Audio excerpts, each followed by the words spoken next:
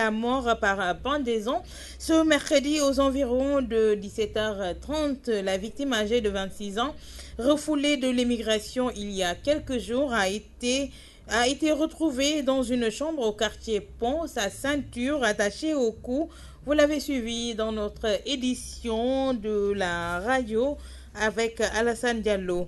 Division au sein des étudiants, le mouvement radical révolutionnaire pour la défense des intérêts des étudiants en colère et se sent trahis. Ses membres accusent certains de leurs camarades de côtoyer certains leaders politiques pour leurs propres intérêts. Nous y reviendrons avant la fin de cette édition avec leur porte-parole. Colère des habitants de Arafat Grand Yoff. Ils ont envahi les rues pour dénoncer les coupures d'eau dans la zone. Ils menacent de ne plus payer les factures de la SDE si leur calvaire, qui dure depuis plus de 6 mois, n'est pas résolu. Le reportage de Mami Khadignard. Restés 6 mois sans trouver de l'eau dans la journée, les habitants de Arafat Grand Yoff crient le ras-le-bol et disent en avoir marre des coupures d'eau dans leur quartier.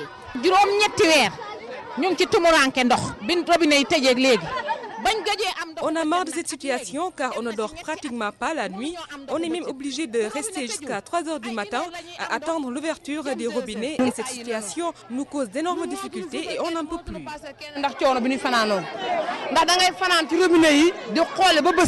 Face à cette situation, les habitants mettent en garde les agents de la SDE qui viennent livrer les factures.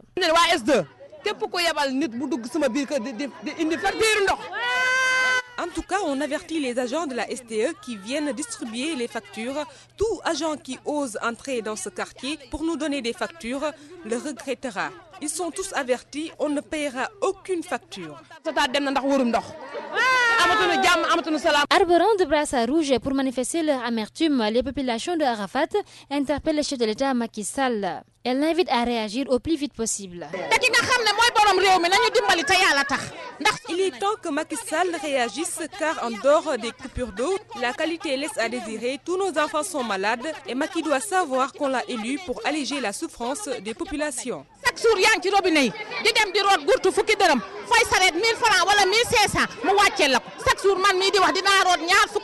Avec ces désagréments qui perdurent et jusqu'ici sans solution, les habitants de Arafat se disent être laissés en rade, voire coupés du reste du monde. Un sevrage ne passera.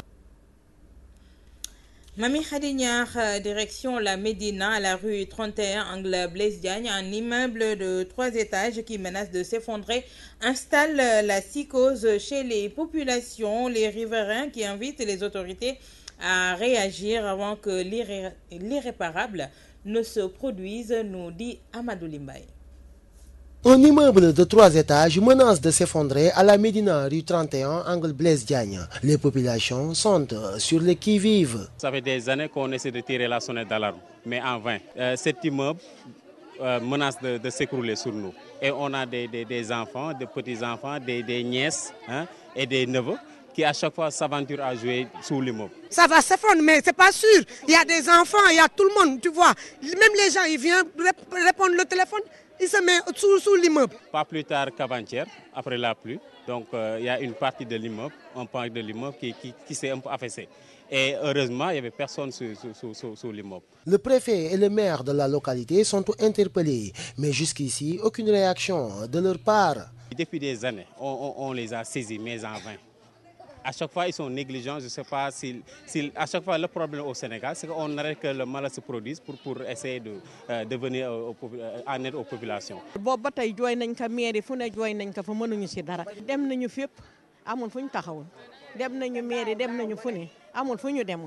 Les populations invitent les autorités à réagir avant que l'irréparable ne se produise. On démolit cet immeuble parce que le gars qui vit là-dedans, il n'est pas normal. C'est pas sûr parce que tu vois, l'immeuble, ça va s'effondrer tôt ou tard. Nos tentatives de joindre le maire de la Médina sont restées vaines. Toutefois, les cas d'effondrement se multiplient à Dakar, surtout en cette période d'hivernage. En début de semaine, 2 personnes ont perdu la vie dans l'effondrement d'un immeuble à Grand Dakar. Amadou Limbaye, à l'issue de votre reportage, le préfet et le maire ont réagi. Ils ont pris des mesures pour sécuriser la zone. Nous y reviendrons. À Rosso, au Sénégal, les habitants de cette localité ont, à travers une journée de réflexion, listé les mots qui entravent le développement de leur ville. Entre autres secteurs figurent en bonne place la non-valorisation du tourisme, de l'agriculture, de l'élevage et de la pêche. Les populations interpellent Macky Sall et l'âge Sori Diop porter leur parole. Nous l'écoutons au micro de Aboukan. Les difficultés des populations, c'est la demande sociale. Les jeunes, ils veulent travailler. Donc l'agriculture, c'est vrai, on doit le développer.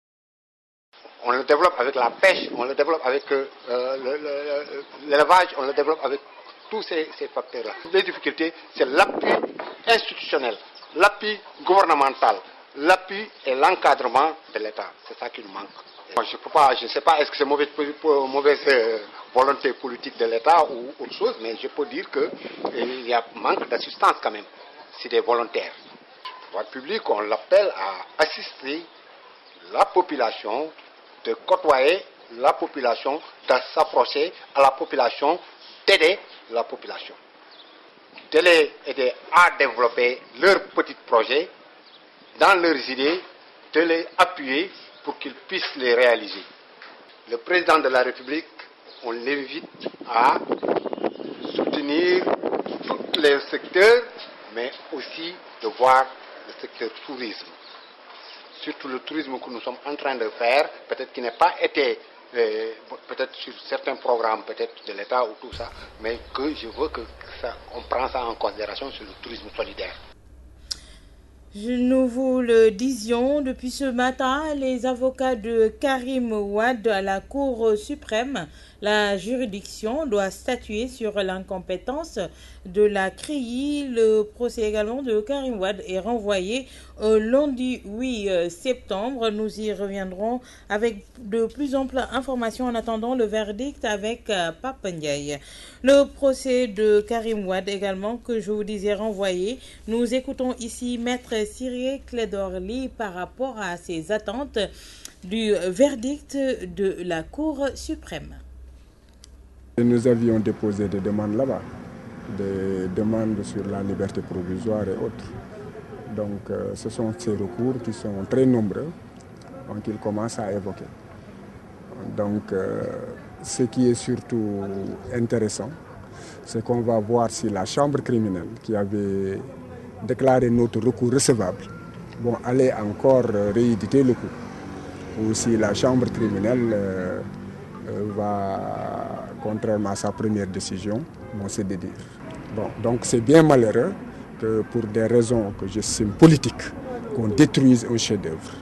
L'arrêt de la Cour suprême a été une destruction d'un chef-d'œuvre, c'est la destruction d'un patrimoine. C'est comme si on a détruit un patrimoine universel au-delà d'un patrimoine national. Ça, je le déplore. Maintenant, la décision qu'ils rendront, si elle est négative, je considérerai qu'ils se sont pliés à la discipline d'un corps. Et si, alors je dirais simplement que c'est des juges qui encore ont donné la marque de leur indépendance. Parce qu'un juge doit être indépendant et impartial en toutes circonstances. Et retour sur le procès de Karim Wade. Le pape Mamadou Pouye qui a comparu hier, le seul présumé complice de Karim Wade en détention. Son avocat parle d'acharnement. Maître Pape Ndiaye a plaidé pour sa mise en liberté provisoire.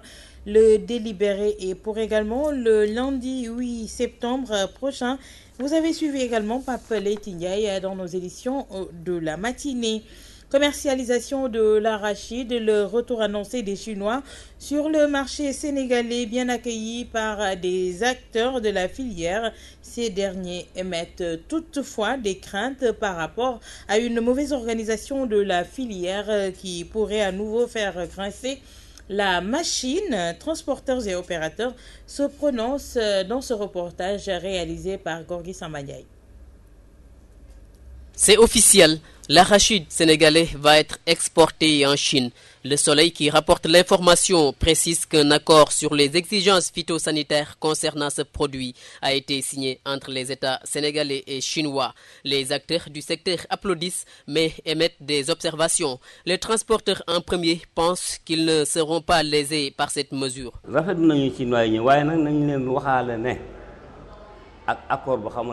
On se félicite de cet accord. Pour l'instant, on ignore les termes de la convention, mais le gouvernement doit en tout cas faire savoir aux Chinois qu'ils ne doivent pas aller avec leurs conteneurs jusqu'aux coopératives pour y chercher les graines. Ils doivent rester au port et les transporteurs vont s'occuper du reste. Les opérateurs vont plus loin et appellent l'État à mettre en avant les intérêts nationaux. Ce qu'il faudrait prévoir, c'est que ce qui est arrivé la dernière fois peut aussi arriver à nouveau, si jamais en fait les mêmes conditions se réunissent. Qu'il y ait un prix qui flambe et que le lendemain on trouve en fait un prix qui est au bas des pâquerettes. Donc je crois qu'il faudrait quand même que tout soit bien organisé, bien étudié. Le Sénégal a en fait, en matière de réflexion, personne ne le dépasse. Le Sénégalais. Il faudra qu'ils réfléchissent bien avant de mettre en application les différentes dispositions pour peut-être les exportations, sur comment le faire, de manière à ce que chacun s'y trouve ce compte. Aussi bien le producteur, l'industriel, le collecteur, que tous les acteurs qui sont là.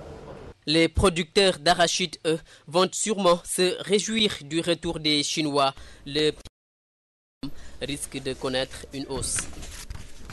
Gorgui Sambadiaye, merci. Je vous l'annonçais dans les titres, division au sein des étudiants de l'UCAD, le mouvement radical révolutionnaire pour la défense et les intérêts des étudiants en colère et se sont trahis. Ces membres accusent certains de leurs camarades de côtoyer certains leaders politiques pour leurs propres intérêts. Mamadou Samba Sao portait leur parole. Nous l'écoutons au micro de Angèle Mendy.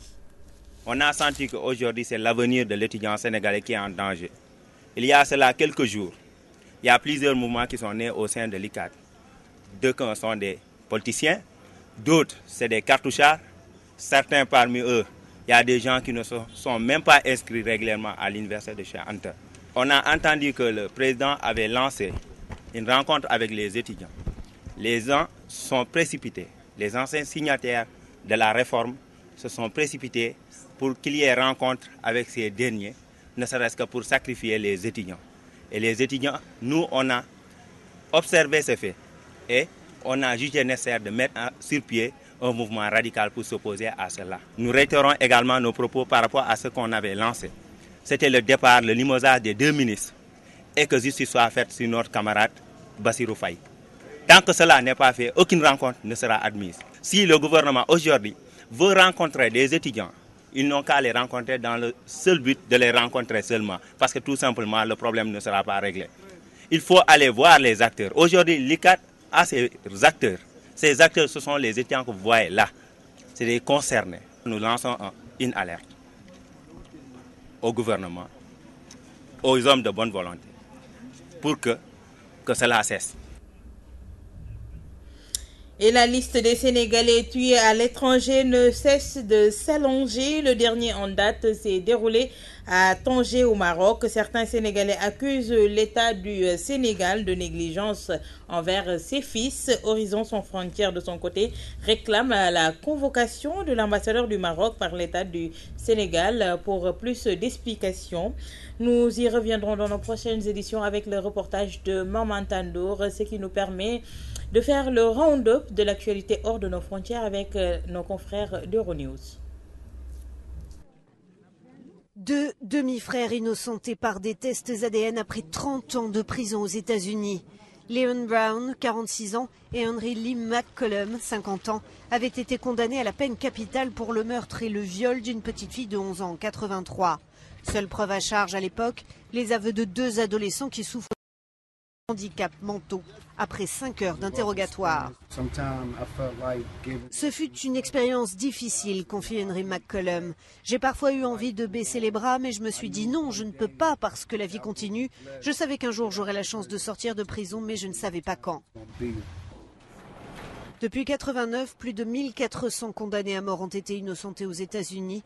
Gerda Stein, du Centre des litiges sur la peine de mort. Il y a beaucoup de pression lorsqu'il s'agit d'une condamnation à mort pour résoudre le crime et être sûr que vous avez la bonne personne, dit-elle.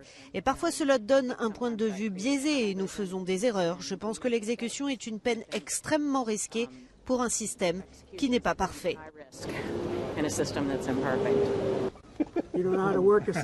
Les expertises ADN inculpent un homme qui vivait à 100 mètres de la scène du crime, un individu de 74 ans qui avait violé et tué une jeune fille de 18 ans dans la même ville de Caroline du Nord, moins d'un mois après la mort de la fillette.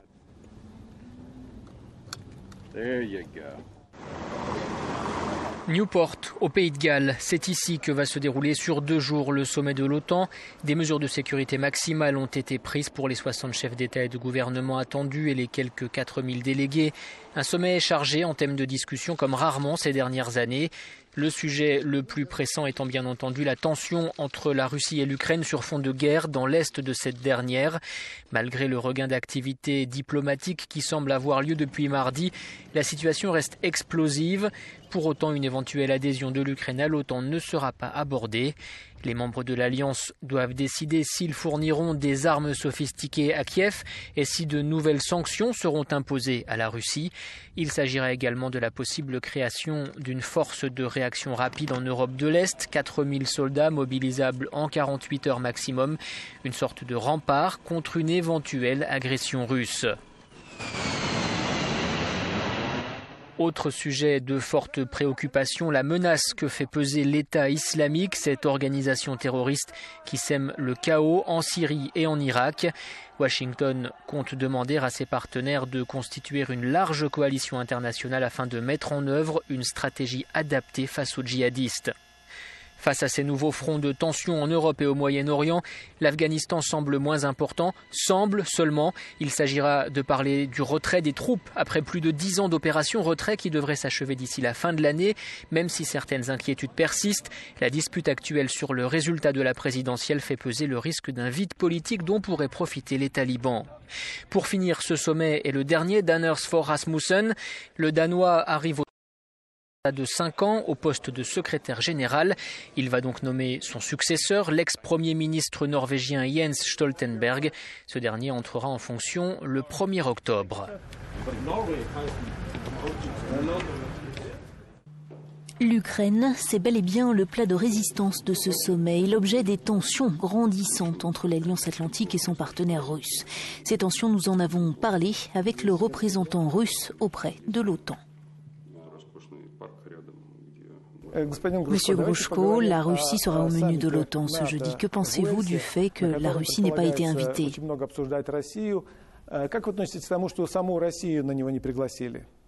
Il n'était pas vraiment question d'organiser un sommet commun, mais après que les pays de l'OTAN se soient retirés de manière unilatérale des projets de coopération avec la Russie en avril dernier, il ne pouvait plus en être question.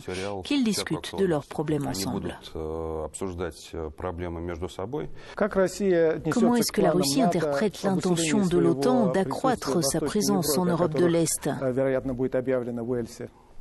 De manière très négative, nous ne le cachons pas. Nous avons déjà exprimé à plusieurs reprises nos préoccupations concernant les activités aux abords des frontières russes, sur le terrain, dans les airs et en mer.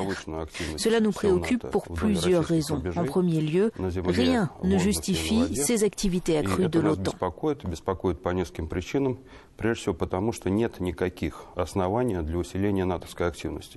Mais les pays d'Europe de l'Est s'inquiètent pour leur sécurité en raison de l'attitude de la Russie en Ukraine qu'ils considèrent comme une agression. Soutenir l'Ukraine et aider son armée à se renforcer face aux rebelles financés par Moscou, c'est le souhait de Barack Obama. Le président américain l'a affirmé devant les chefs d'État baltes réunis à Tallinn. Pour lui, les sanctions contre la Russie portent déjà leurs fruits. Ne vous méprenez pas, la Russie paie un prix. Le capital fuit, l'investissement étranger diminue, parce que les investisseurs savent que la Russie est aujourd'hui un mauvais pari. Barack Obama a comparé la lutte des pays baltes pour leur indépendance à la cause ukrainienne aujourd'hui. Il faut aider Kiev économiquement, militairement et diversifier ses sources d'énergie car aucun pays ne devrait pouvoir se servir de l'énergie comme d'une arme. Barack Obama doit se rendre ce jeudi en Grande-Bretagne pour un sommet de l'OTAN auquel le président ukrainien est invité. Au Pays de Galles, nous serons réunis en tant qu'alliance avec le président Porochenko pour montrer que nos 28 nations sont unies dans leur soutien à la souveraineté de l'Ukraine et son droit à défendre son territoire. Pour le chef de la Maison-Blanche, il faut aussi renforcer les défenses de la Géorgie et de la Moldavie. L'entrée à l'OTAN reste des pays qui remplissent les conditions de l'alliance.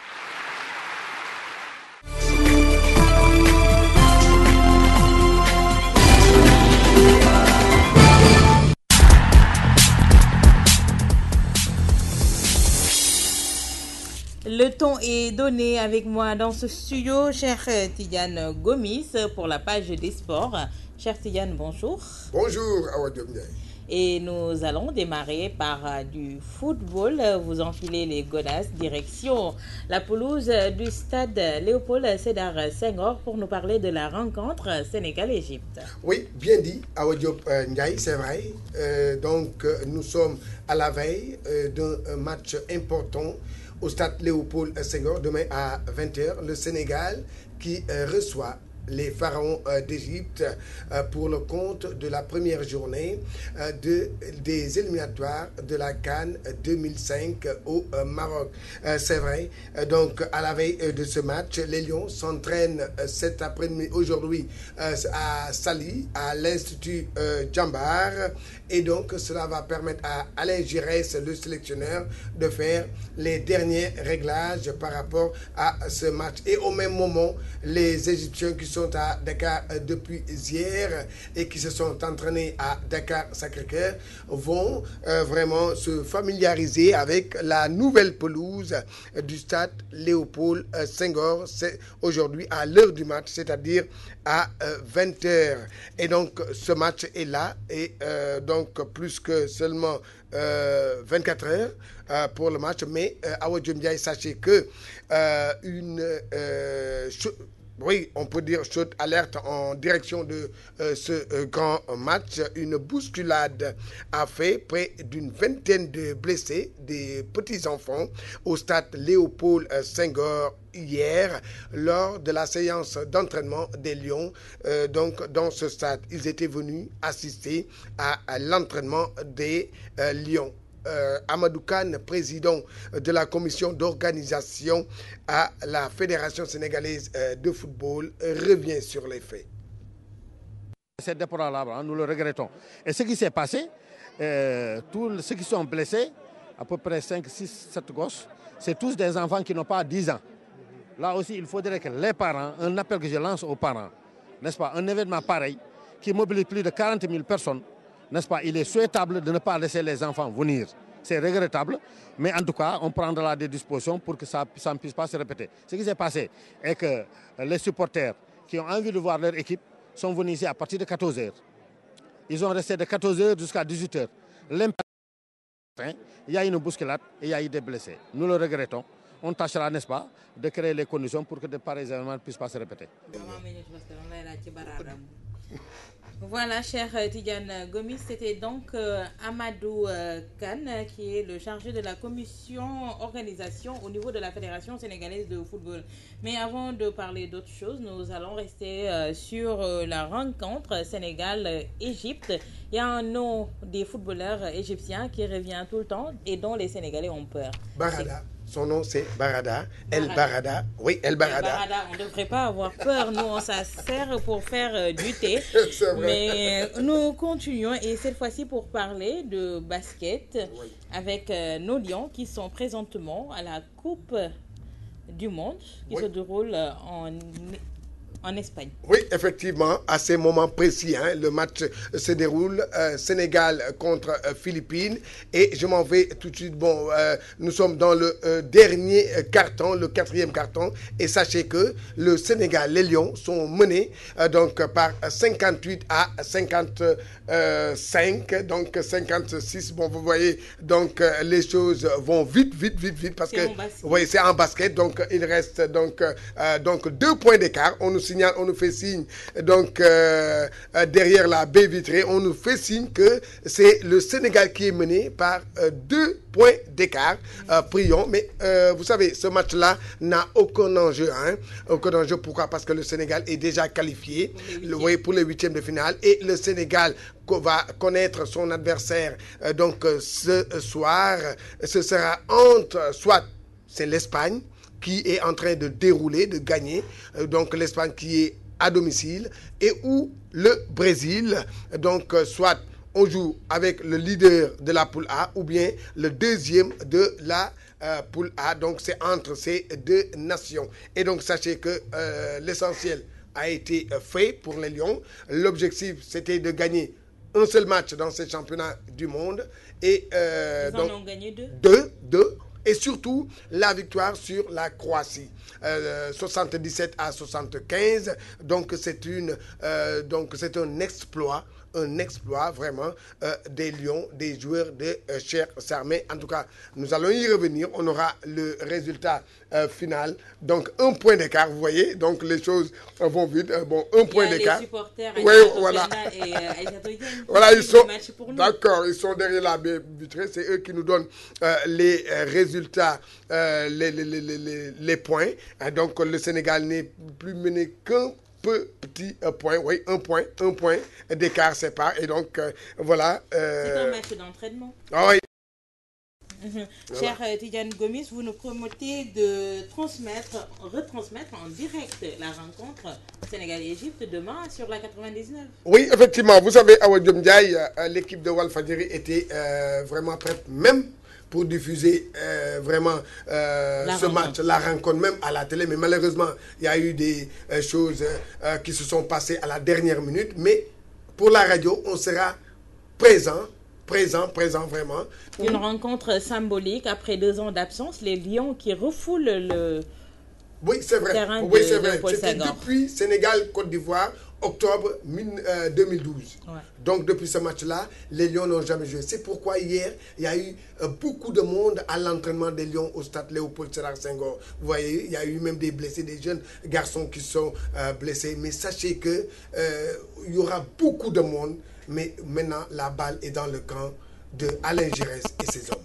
Merci à vous, cher Tidiane Gomis, que vous retrouverez dans nos éditions Wolof. Et nous continuons ces informations, la deuxième partie, pour recevoir Néné Jupiter Ndiaye dans Info École.